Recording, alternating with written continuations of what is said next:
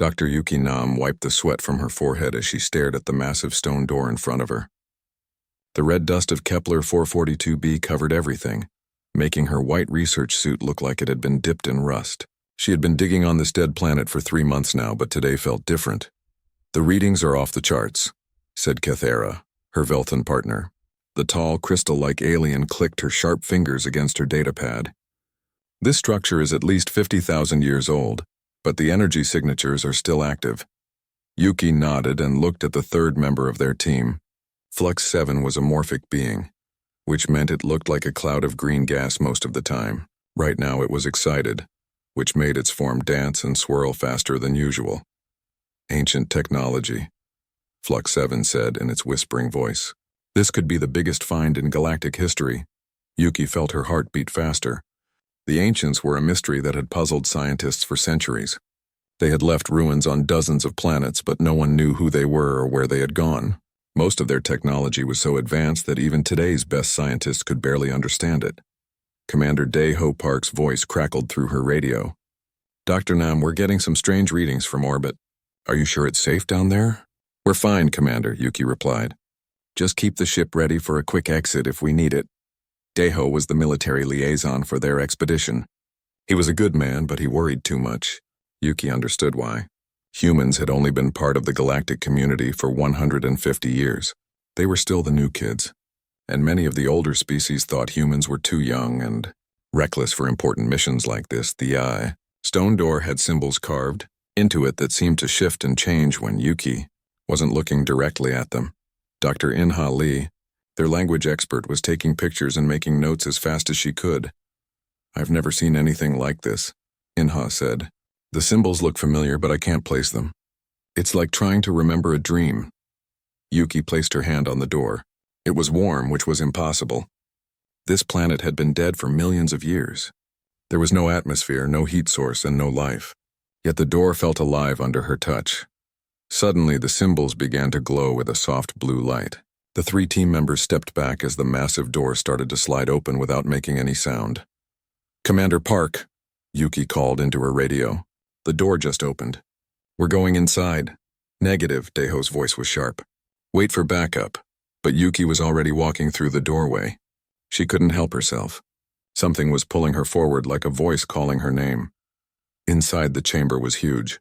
The walls were covered with more of the shifting symbols, and in the center sat a large crystal that pulsed with the same blue light as the door. But what made Yuki stop and stare were the screens floating in the air around the crystal. Hundreds of them. Maybe thousands. Each one showed images of different alien species. Some she recognized: Velthans, Morphics, the insect-like hive queens, the plant people from the outer rim. But there were also species she had never seen before. "This is impossible," Kethera whispered. "These files show species that didn't evolve until long after the ancients disappeared." Flux 7 floated closer to one of the screens. "Look at this. Detailed biological data, psychology profiles, social structures. It's like someone has been studying every species in the galaxy." Inha was staring at a screen that showed symbols she recognized. "Yuki, look at this one. These symbols. They look like ancient human writing. But how is that possible?" Yuki walked over to where Inha was standing. The screen showed what looked like cave paintings from Earth, mixed with star maps and complex mathematical equations. But at the bottom of the screen was something that made her blood run cold. It was a perfect image of a human being. Not just any human, but a detailed biological chart showing human anatomy, brain structure, and genetic code. The kind of information that Earth's best scientists had only figured out in the last 100 years. "Kethara," Yuki called. "How old did you say this place was?" 50,000 years minimum," the Velthan replied. "But humans only developed space travel 200 years ago," Inha said quietly. "We've only been off Earth for that long. How could the ancients have this information about us?" Yuki touched the crystal in the center of the room. The moment her fingers made contact, all the screens changed. Now they all showed humans. Humans fighting, humans building, humans exploring space. But these weren't images from human history. These showed humans doing things they had never done, using technology they didn't have, fighting wars that had never happened. "Commander Park," Yuki called into her radio with a shaking voice. "You need to get down here right now." "What's wrong?" Dae-Ho's voice was full of concern. Yuki looked around the chamber at all the impossible images. Her team members were staring at the screens with expressions of fear and confusion. "I think we found something that's going to change everything we know about humans," she said. The crystal pulsed brighter, and new images appeared. These showed other alien species pointing weapons at humans, fear in their eyes. Then the images changed again, showing the same aliens bowing before humans as if they were surrendering. Flux 7's gaseous form was trembling. "Dr. Nam, I think we should leave now." But Yuki couldn't move. She was staring at the final image that had appeared on the largest screen. It showed Earth, but not the Earth she knew. This Earth was surrounded by massive ships, and the continents were covered with cities that reached into space. At the bottom of the image were words in a language she had never seen before, but somehow she could read them perfectly. "The sleepers await their time." Kethera's crystal body was changing color, which happened when Velthans were afraid. "What does that mean?" she asked. Yuki didn't answer. She couldn't. Because deep in her mind, she was starting to remember things that had never happened to her. Memories of flying through space without a ship, of understanding alien languages without studying them, of knowing things that no human should know. The crystal pulsed one more time, and then all the screens went dark. But in the silence that followed, Yuki could hear something that made her skin crawl. Footsteps, coming from deeper inside the chamber. Slow, steady footsteps that sounded almost human. "We need to leave," she whispered. "Right now." As they ran toward the exit, Yuki couldn't shake the feeling that they hadn't just discovered something about the ancients. They had discovered something about themselves. Something that was meant to stay hidden, and now that it was out, everything was going to change. 3 weeks had passed since the discovery on Kepler 442b, and Dr. Inha Lee had barely slept. She sat in her small office aboard the research ship Harmony's Edge, surrounded by papers and data screens.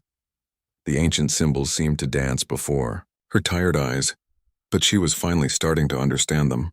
"This can't be right," she muttered to herself as she compared the ancient writing to samples of old Earth languages. The similarities were too strong to ignore. Captain Sujin Huang knocked on her door. "Dr. Lee, you missed dinner again. The crew is getting worried about you." Inha looked up at the ship's pilot. Sujin was young for a captain, but she had proven herself capable during their journey to the dead planet. Her quick thinking had saved them when they needed to escape quickly from the ancient chamber.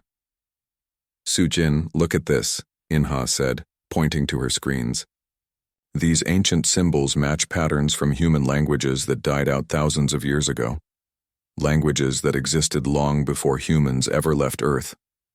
Sujin frowned as she looked at the data. "Maybe it's just a coincidence?" "No," Inha shook her head. "The mathematical probability is impossible. It's like someone who knew these ancient human languages created the ancient writing system." Down in the ship's medical bay, Dr. Taemin Kang was having his own shocking discoveries. He had been running genetic tests on the human crew members, trying to understand why Yuki had been able to read the ancient text when no one else could. The results made no sense.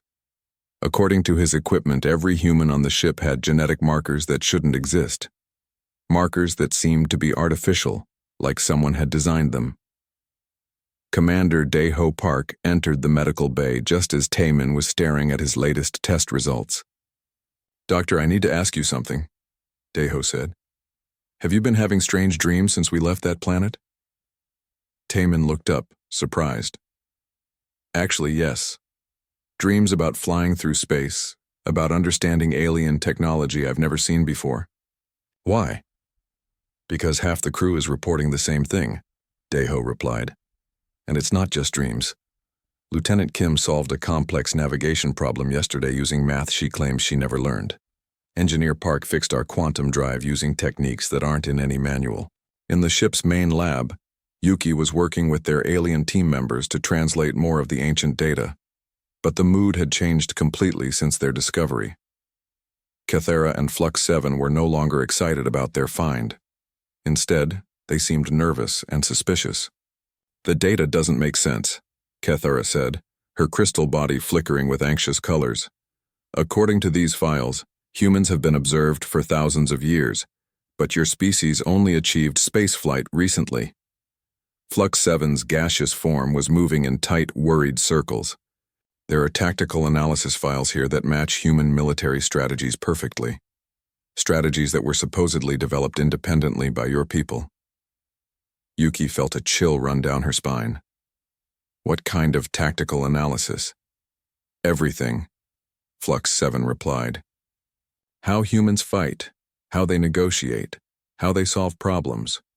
It's like someone has been studying your species and predicting exactly how you would behave in any situation. Dr. Yuki Nam activated her communication device to contact Admiral Mina Choi back on Earth. The transmission would take hours to reach home, but she needed to report what they had found. Admiral, this is Dr. Nam aboard the Harmony's Edge. We need to discuss our findings immediately. The data we discovered suggests that someone has been observing humanity for much longer than our official contact with galactic civilization. While they waited for a response from Earth, the team continued their analysis. But every new piece of information they uncovered made the situation more disturbing. Inha made another connection between the ancient language and human writing systems. This time, she found matches with languages from different continents on Earth, languages that had never influenced each other. It's like whoever created this writing system had access to all human languages from all periods of history, she told the team during their daily meeting. Taemin had more troubling genetic data to share. "I've found something else," he said quietly. "The genetic markers I mentioned earlier. They're not random. They appear to be activation codes." "Activation codes for what?" Yuki asked. "I don't know yet, but they're connected to brain chemistry and nervous system function. It's like there are dormant capabilities built into human DNA that could be turned on under the right conditions." Captain Sujin had been quiet during most of the meeting, but now she spoke up. "What kind of conditions?" "Based on the patterns, I think it has something to do with exposure to specific types of electromagnetic radiation," Taemin explained. "The kind of radiation that's common in deep space but rare on Earth. The implications hit everyone at the same time. Every human who had spent time in space was potentially being changed by their exposure to cosmic radiation." Cathara's color changed to a deep purple, which Yuki had learned meant fear in Velthon body language. "Are you saying that humans become different when they leave their home planet?" "We don't know yet," Yuki replied honestly, "but it would explain some of the strange abilities our crew has been developing." That evening, Admiral Mina Choi's response finally arrived. Her message was brief but urgent. "Return to Earth immediately. Do not share your findings with any non-human personnel. This is now classified at the highest level." But it was too late for secrecy. Cathara and Flux 7 had heard everything, and they were already sending their own reports back to their home governments. "I'm sorry, Dr. Nam," Cathara said, "but my people need to know about this. If humans are changing in ways that could make them dangerous." "We're not dangerous," Yuki protested. "We're the same people we've always been." "Are you?" Flux 7 asked. "You read ancient text that no one else could understand. Your crew is developing abilities they never had before. How do we know what else might be changing?" As the Harmony's Edge began its journey back to Earth, Yuki received another disturbing piece of news. Other research teams across the galaxy were reporting similar discoveries. Ancient ruins were being found on dozens of planets, all containing detailed information about the species that lived nearby. But the most troubling reports came from human colonies on distant worlds. Colonists were reporting enhanced abilities, improved reflexes, and an intuitive understanding of alien technology. The further from Earth they lived, the stronger these effects seemed to be. Dr. Taemin Kang worked through the night, analyzing more genetic samples. What he found made him call an emergency meeting with the senior staff. "The activation isn't random," he announced. "It's progressive. The longer humans spend in deep space, the more these dormant capabilities emerge. And based on the genetic patterns, this process was designed intentionally." "Designed by who?" Commander Daeho Park asked. "That's what we need to figure out," Taemin replied. "But whoever did this had access to human DNA from the very beginning of our species. This isn't something that was added recently. It's been part of us all along." As the ship traveled through hyperspace toward Earth, Yuki couldn't shake the feeling that they were heading into a storm. The alien governments would demand answers about humanity's hidden capabilities. But how could she explain something that humans themselves didn't understand? In her private quarters, she tried to access more of the ancient data they had copied. As she touched the interface, images flashed through her mind. Images of Earth in the distant past, of humans living in small tribes while beings from the stars watched from above. The final image was the most disturbing of all. It showed humans, as they might become, with abilities far beyond anything they currently possessed, and standing among them were figures that looked like the classical description of the ancients. Yuki realized with growing horror that humanity might not be what they seemed to be. They might be something else entirely, something that had been sleeping until the right moment to awaken. And that moment was coming very soon. Admiral Mina Choi stood in the secure briefing room deep beneath the surface of Earth's moon. The room was shielded from all forms of electronic surveillance, and only 12 people in the entire human government knew it existed. Today, those 12 people sat around a metal table, their faces grim as they discussed humanity's future. "The situation is worse than we thought," Admiral Choi announced. "3 alien governments have called for an emergency session of the Galactic Council. They want to discuss what they're calling the human question." General Wonho Sim, a man with gray hair and tired eyes, placed a thick file on the table. "We've been expecting this day for 40 years, he said quietly. "Ever since we discovered the truth about some of our people." Dr. Yejin Ro looked up from her datapad. She was the youngest person in the room, but she knew more about human genetics than anyone else on Earth. "General, how much does the Council know?" "Too much," Wonho replied. "Our alien friends have been comparing notes. They figured out that humans are developing capabilities that shouldn't be possible. Enhanced reflexes, improved problem solving, intuitive understanding of technology they've never seen before." Intelligence Officer Bora Kim activated a holographic display showing images from human colonies across the galaxy. It's not just a few isolated cases anymore.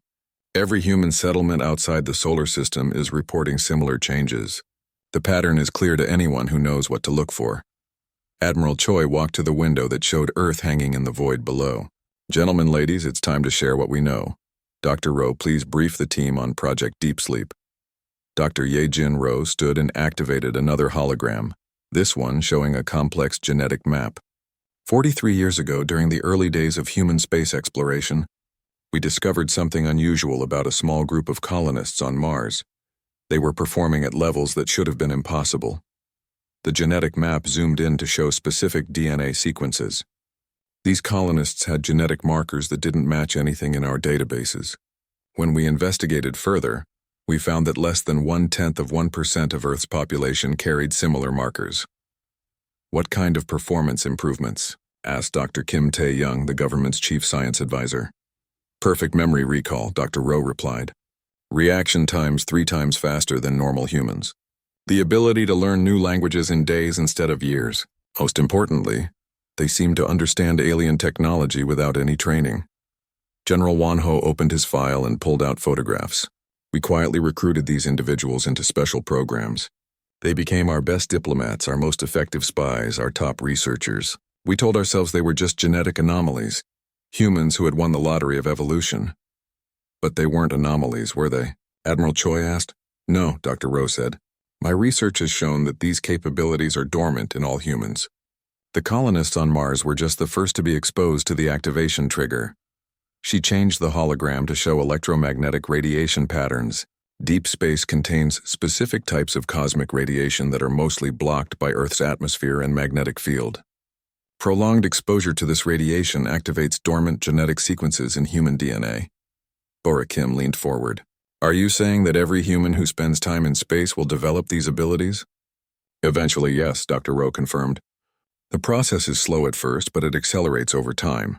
The longer someone stays in space, the more pronounced the changes become." General Wonho spread more photographs on the table. "We've been tracking this for decades. Our deep space explorers, our long-term colonists, our space station crews, they're all changing, becoming something more than baseline human." Admiral Choi returned to her seat. "The question is, who designed us this way? These genetic sequences aren't natural evolution. They're too complex, too purposeful. Someone built these capabilities into human DNA. Dr. Rowe nodded.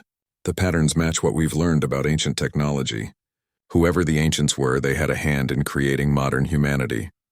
A communication alert interrupted the meeting. Bora Kim checked her secure device and her face went pale. Admiral, we're receiving reports from our monitoring stations. Alien fleets are mobilizing across the galaxy. The Velthan Empire has activated its entire military. The Morphic Collective is moving its largest ships toward the border systems. They're not coming to talk, General Wanho said grimly. They're coming to contain us or eliminate us if necessary. Admiral Choi activated the room's emergency protocols. All senior staff are ordered to report to their crisis stations. We're now at DEFCON 1. Dr. Rowe gathered her research materials. Admiral, there's something else you need to know. The activation process isn't just changing individuals. It's affecting human society as a whole. What do you mean? Human colonies that have been in space for more than 10 years are developing new forms of government, new technologies, new social structures. They're becoming something that no longer fits the definition of baseline humanity. As the meeting broke up, Admiral Choi pulled Dr. Rowe aside. Doctor, in your professional opinion, how long do we have before every human in space is fully activated? Dr. Rowe checked her calculations one more time. Based on current patterns, maybe 5 years for partial activation. Full activation, that depends on external factors. What kind of external factors? Stress, danger, the presence of electromagnetic signatures from alien technology, Dr. Rowe explained. Essentially, the more pressure humans face from outside forces, the faster the activation process becomes. Admiral Choi understood the terrible irony. So by mobilizing against us, the aliens are actually accelerating the process they're trying to stop. Exactly. And there's something else, Dr. Rowe said quietly. I've been analyzing the data from Dr. Nam's discovery. The ancient files suggest that this whole situation was planned. Planned how? The timing of humanity's expansion into space, the discovery of the ancient ruins, even the aliens' fearful reaction. It's all following a pattern that was established 50,000 years ago. Admiral Choi felt a chill run down her spine. Are you saying the ancients are still alive? I don't know. But I think humanity was designed to serve a specific purpose in galactic civilization.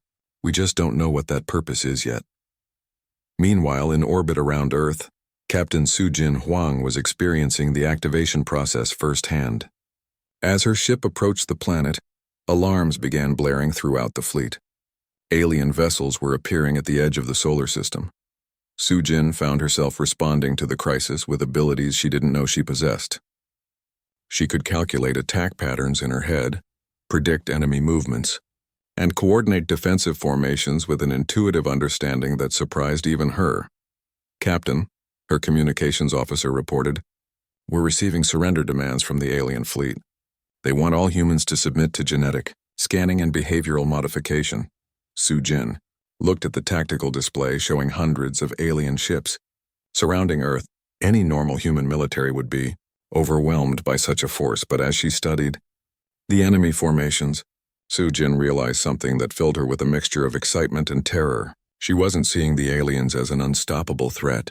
She was seeing them as a puzzle to be solved, a challenge that could be met with the right strategy.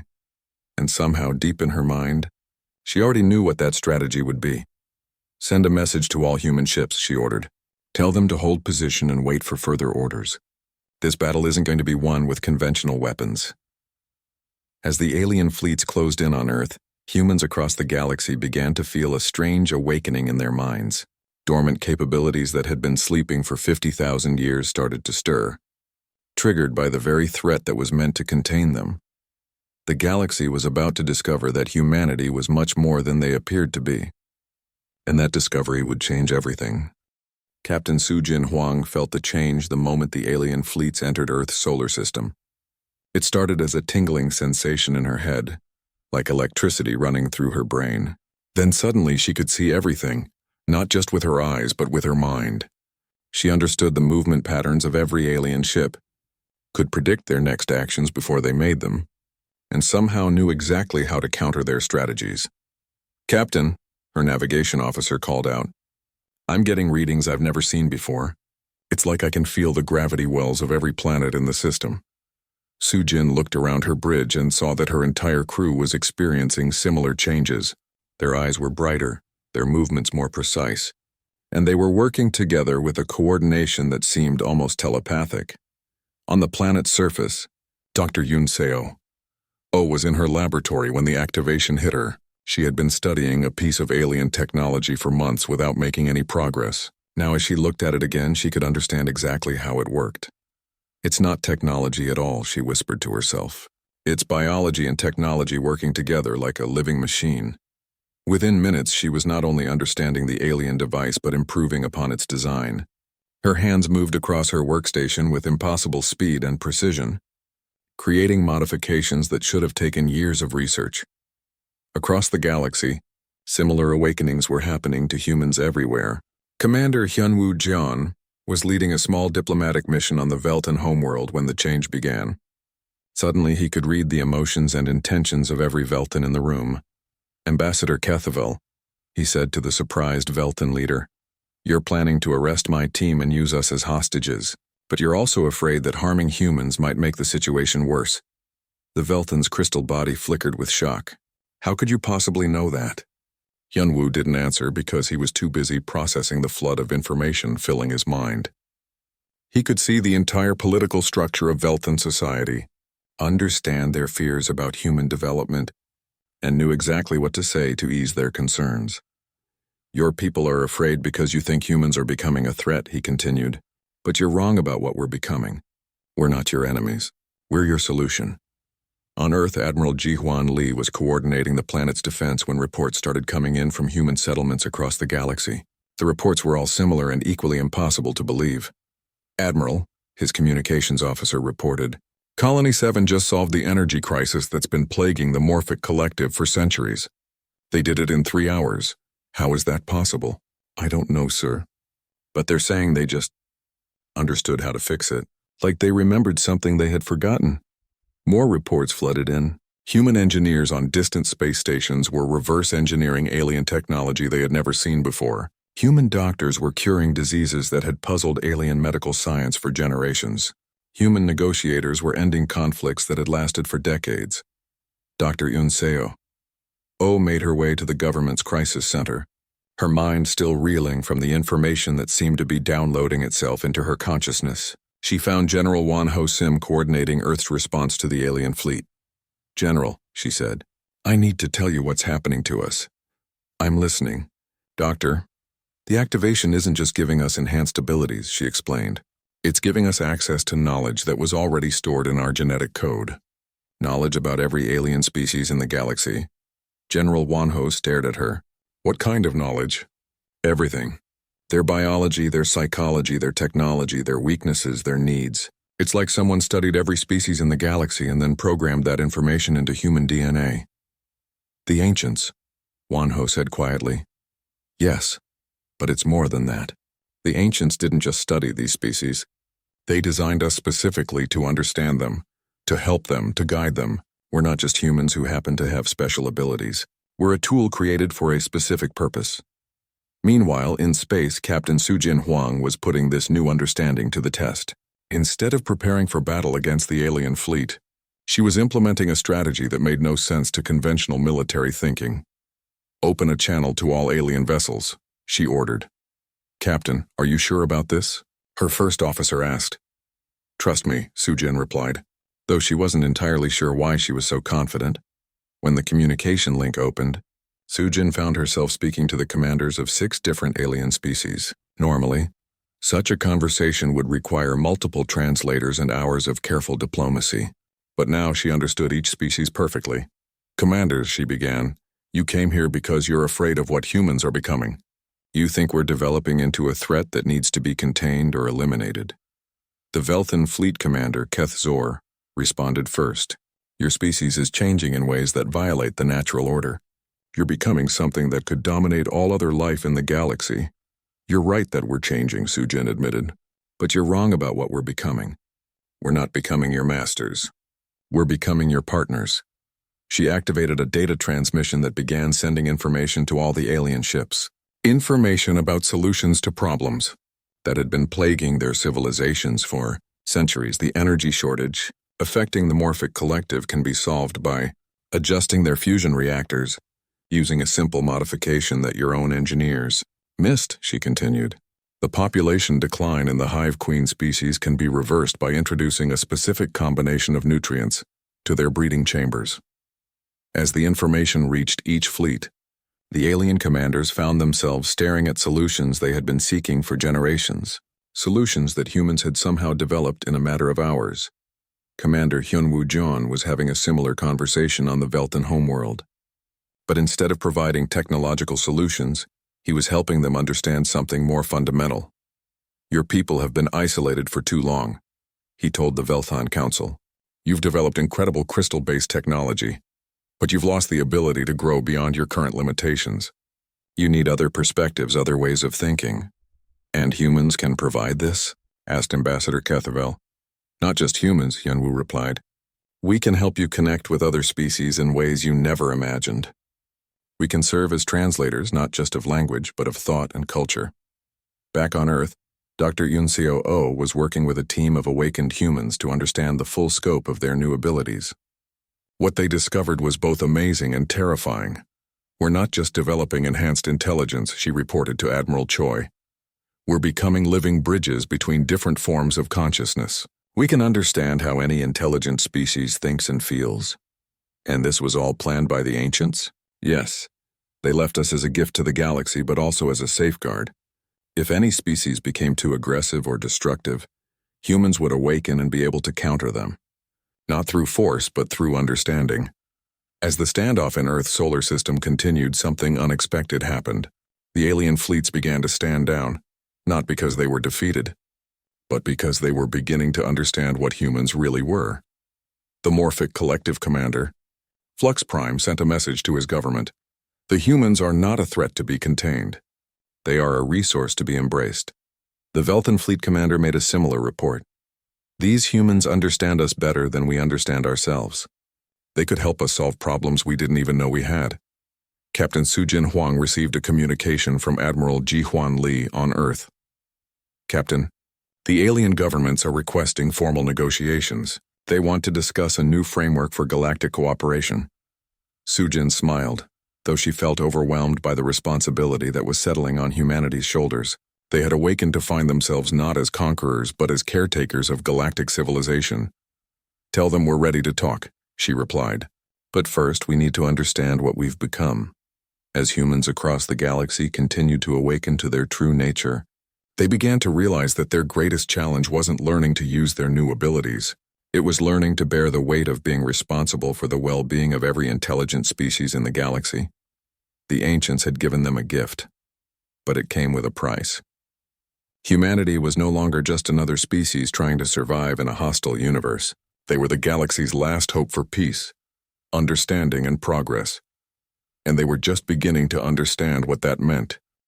President So Young-han stood before the assembled representatives of 47 different species in the Grand Chamber of the Galactic Council. 6 months had passed since the crisis that nearly led to war, and the galaxy was still adjusting to what had been discovered about humanity. Honored delegates, she began, her voice carrying clearly through the chamber's translation systems. We gather today not as separate species competing for resources, but as partners working toward a common future. In the front row, Ambassador Dong-hyuk Park sat next to representatives from the major alien governments. The Veltan delegation, led by Kethavel, no longer viewed humans with suspicion. Instead, they looked at them with something approaching wonder. The past 6 months had been a period of unprecedented cooperation and discovery. Human teams had been working with every major civilization in the galaxy, solving problems that had seemed impossible just a year before. Dr. Sulki Yang, who had become humanity's leading expert on ancient technology, stepped forward to address the assembly. 6 months ago, you feared that humans were becoming a threat to galactic stability. Today, I want to show you what we've actually become. She activated a holographic display that filled the center of the chamber. It showed a map of the galaxy, with thousands of points of light indicating ongoing cooperative projects between humans and other species. The Veltan energy crisis has been solved, she announced. Their crystal cities now produce 3 times more power than before. using modifications that our engineers developed in partnership with Velthan scientists. The Velthan delegate, Keth Vel, stood to confirm this. Not only have the humans solved our energy problems, but they have helped us understand our own technology better than we ever did before. Dr. Seul-Ki continued. The Morphic Collective's population decline has been reversed. Their birth rates have increased by 40% using medical techniques that combine human and morphic knowledge. Flux Prime, representing the Morphic Collective, pulsed with colors that indicated joy and gratitude. Our species owes its continued existence to human intervention. The trade disputes between the Outer Rim colonies and the core worlds have been resolved through human mediation, Dr. Seul-Ki added. Conflicts that had lasted for decades were ended in weeks once human negotiators helped both sides understand each other's actual needs. President So Young-han took over the presentation. But the most important discovery is what we learned about ourselves and our purpose in the galaxy. She nodded to Dr. Seul-Ki, who activated another hologram. This one showed the ancient chamber where everything had begun, but now they understood what they were seeing. The ancients did not disappear 50,000 years ago, the president announced. They transcended physical existence, but they left behind a gift for the younger species that would eventually arise. Humanity was that gift. We were designed to serve as bridges between different forms of consciousness, to help species understand each other and work together instead of fighting. The chamber fell silent as the implications sank in. Ambassador Dong-hyuk Park stood to address concerns he knew would arise. Many of you are wondering if this means humans see themselves as superior to other species, he said. The answer is no. We are not your leaders or your masters. We are your translators, your mediators, your partners in building a better galaxy. He gestured to the mixed groups of humans and aliens working together throughout the chamber. Look around you. Every major breakthrough we've achieved in the past 6 months has been the result of cooperation, not human dominance. Captain Sujin Huang, now promoted to Admiral, stood to share her perspective. When the awakening first began, I thought we were becoming something that would replace other species. Instead, we discovered that we work best when we help other species become the best versions of themselves. She activated a personal communicator that connected to human settlements across the galaxy. Our colonies are no longer just human communities. They are mixed settlements where humans live and work alongside members of dozens of different species. The hologram showed images of these integrated communities. Velthan crystal gardens growing alongside human farms. Morphic gaseous beings working with human engineers to develop new technologies. Insectoid hive queens collaborating with human biologists to improve their breeding programs. Dr. Seul-Ki stepped forward again. But there is something else you need to know. The ancient protocol suggests that humanity's awakening was triggered by a specific set of circumstances. She changed the display to show galactic history over the past 1,000 years. The galaxy was heading toward a crisis. Species were becoming more isolated, more aggressive, more focused on competition rather than cooperation. Wars were becoming more frequent and more destructive. The ancients designed humans to awaken when this crisis point was reached, to serve as a stabilizing force that could pull galactic civilization back from the brink of self-destruction. President So Young-han nodded. We believe that without this intervention, the galaxy would have descended into a massive war within the next century, a war that would have destroyed most intelligent life. The weight of this revelation settled over the assembled delegates. They had been saved from a catastrophe they didn't even know was coming. Kethval stood to speak for the Velthan delegation. If this is true, then humanity has given us more than solutions to our immediate problems. They have given us a future. Flux Prime's form shimmered with agreement. The Morphic Collective wishes to formally propose a new structure for galactic governance, one that recognizes humanity's unique role while maintaining the autonomy of all species. Over the next several hours, the delegates worked together to create something unprecedented in galactic history. Not a government ruled by the strongest species, but a cooperative framework guided by the species best equipped to understand all the others. Ambassador Dong-hyuk Park was chosen to head the new Galactic Cooperation Council, with representatives from every major species, serving as advisors and partners. As the session concluded, President So Young-han addressed the assembly one final time. The ancients gave us abilities that we are still learning to understand, but they also gave us responsibility. The responsibility to help every species in the galaxy reach their full potential. She paused, looking out at the diverse group of beings who had once viewed humanity with suspicion and fear. We accept that responsibility, but we cannot fulfill it alone. We need all of you to help us build the future that the ancients envisioned. Dr. Sulki Jiang had one final revelation to share. There is something else in the ancient records. References to other protocols, other safeguards left behind for future generations. Humanity's awakening is just the beginning. The galaxy is vast, and there are other civilizations beyond our current borders. Some may be peaceful, others may be hostile. The ancients prepared for all possibilities. Admiral Sujin Huang understood the implication. You're saying there are other ancient sites waiting to be discovered? Yes. And when the time comes, when the galaxy faces new challenges, those sites will reveal new capabilities, new species designed to help with whatever crisis emerges.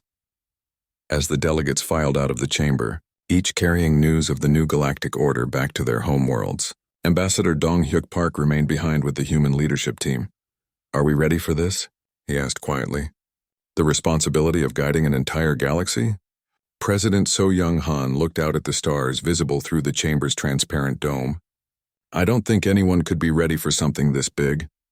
But the ancients must have believed we could handle it, or they wouldn't have created us. Dr. Sulki Jiang was reviewing data on her tablet. According to the ancient records, this is how they intended it to work. Not one species dominating others, but different species designed to help at different times in different ways. What happens next? Admiral Sujin Huang asked. We learn, President So Young Han replied. We grow, we help others learn and grow, and we prepare for whatever challenges the galaxy might face in the future. As the human leaders made their way back to their ships, they carried with them the knowledge that humanity's journey was far from over. They had awakened to find themselves guardians of galactic civilization, but they were still discovering what that meant.